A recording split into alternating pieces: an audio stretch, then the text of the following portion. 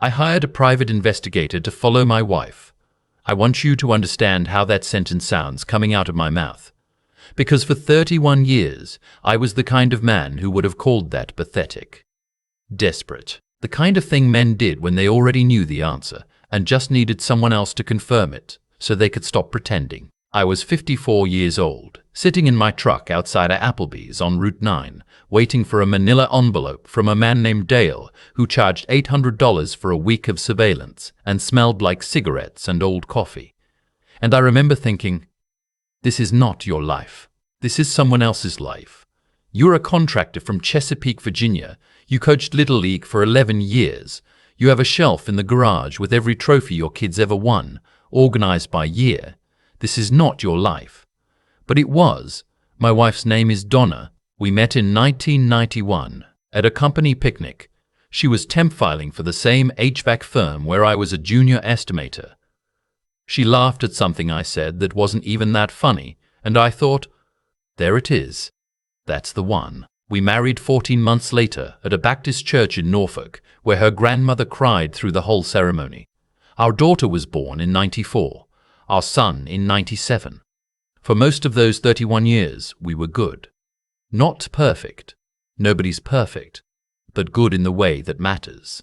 We built something, a house, a family, a set of habits that felt like safety.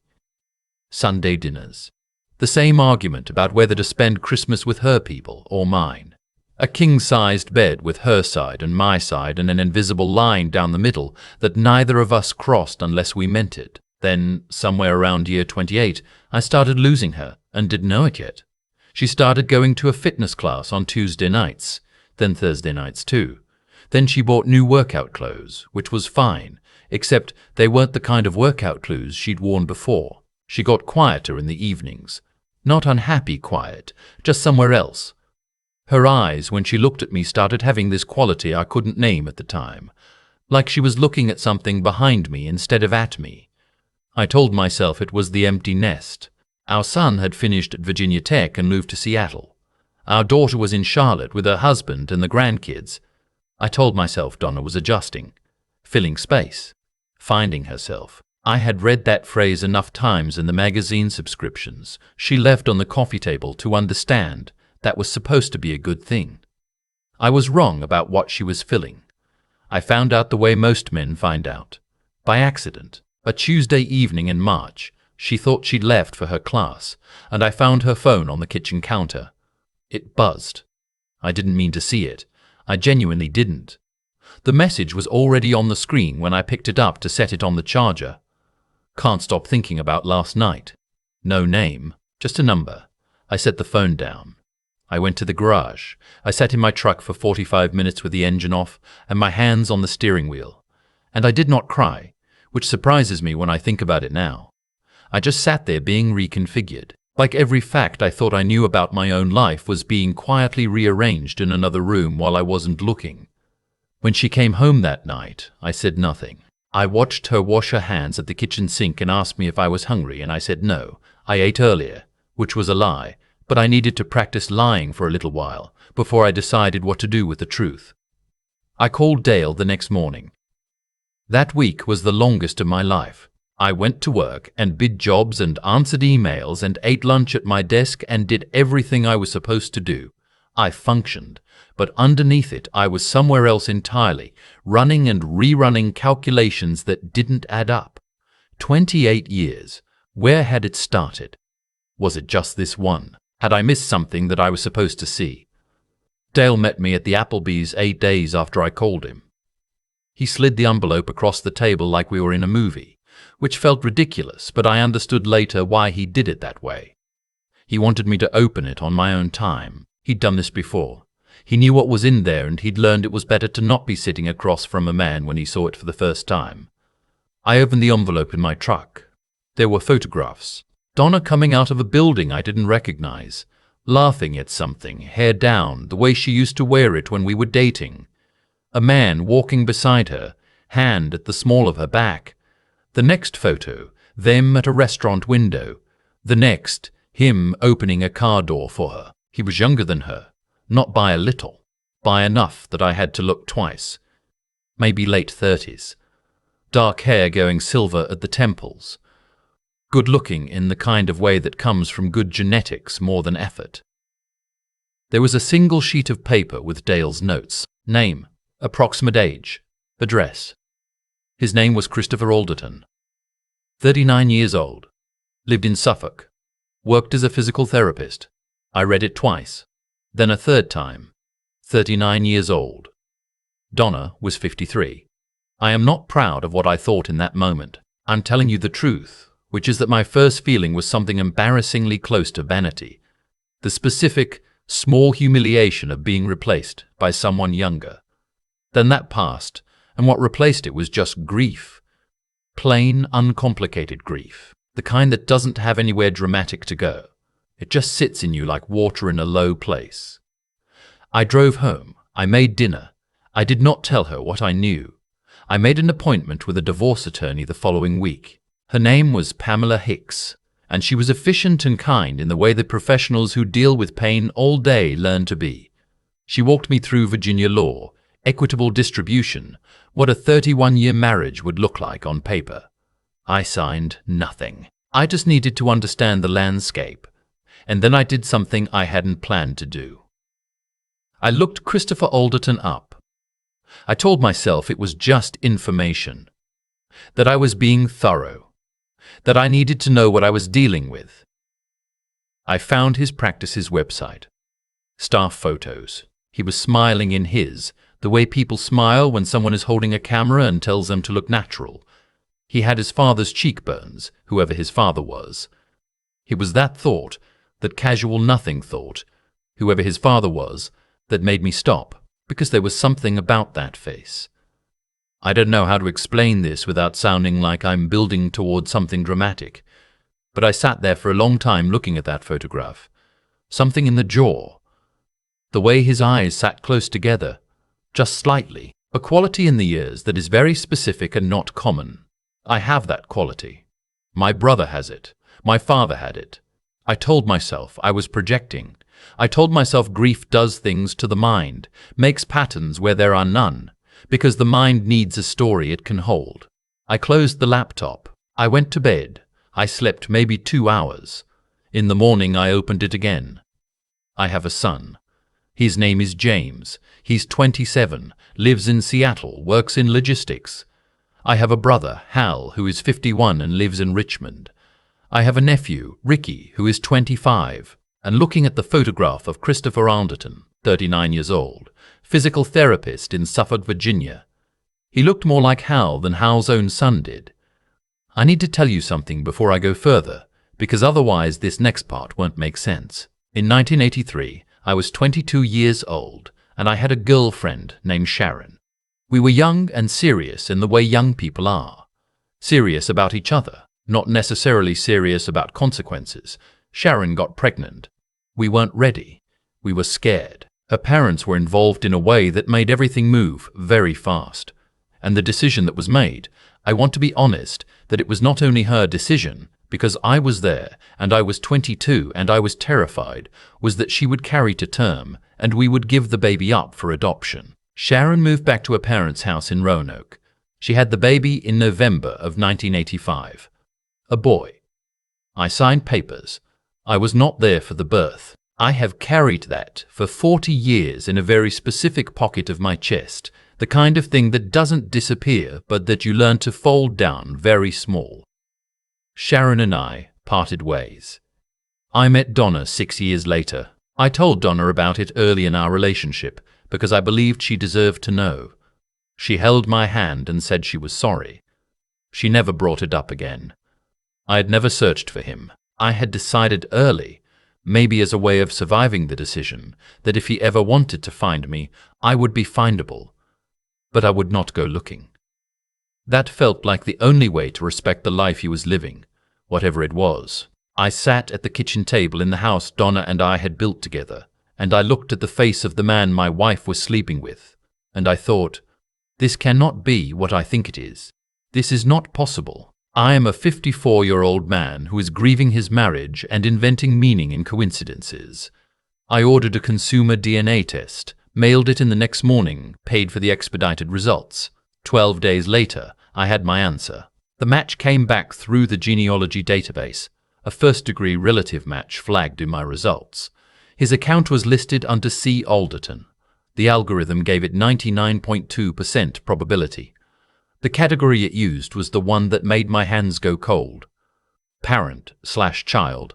I sat with that for 3 days before I could decide what to do. My wife was sleeping with my son, my biological son.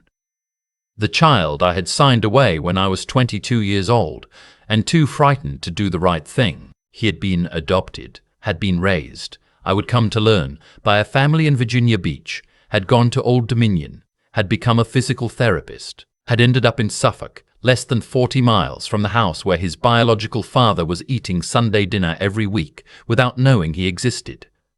And Donna knew. That was the thing I couldn't get past at first. That was the thing I needed to understand. I confronted her on a Wednesday evening. I remember it was raining. I set my phone on the kitchen table with the DNA results pulled up, and I just looked at her, and I said, "Did you know?" She didn't ask me what I meant. She didn't pretend. She sat down very slowly, the way people do when their legs stop working, and she said, "I found out 6 months ago." 6 months. She had known for 6 months that she was sleeping with my biological child. I want to be careful here about what I say, because there are some things that don't need editorializing. She told me she'd found out by accident. She'd seen some paperwork he had, old adoption records, a name she recognized. She said she'd ended it immediately. She said she didn't know how to tell me.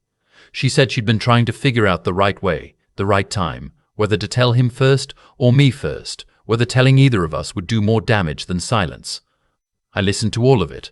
I let her finish. Then I said, "I need you to leave this house tonight." She left. She's been at her sister's in Richmond since then. Our attorney, Pamela, has been in contact with her attorney for the past 4 months. The marriage is over. That part of the story closed in a Wednesday rainstorm, and I have made my peace with it, more or less, in the way you make peace with things that are not really reversible. But then there was the other thing, the harder thing. There was Christopher. He didn't know. That was the part I kept coming back to. He didn't know that the woman he'd been seeing was married to his biological father. He didn't know that she had discovered the connection and continued for 6 months to sit with that information alone. He didn't know that somewhere in Suffolk, Virginia, there was a 54-year-old man who had been trying, very imperfectly, to carry the weight of a 22-year-old's decision for 4 decades. I thought about what I would want if our positions were reversed. If I were 39 and someone out there had information about where I came from and who I was, and they were deciding whether I could handle it. I thought about that for a long time. I wrote him a letter. 3 drafts, 2 of which I threw away. The final one wasn't long. I told him who I was. I told him about Sharon, about 1985, about the decision that I have never fully forgiven myself for making. I told him what I had discovered.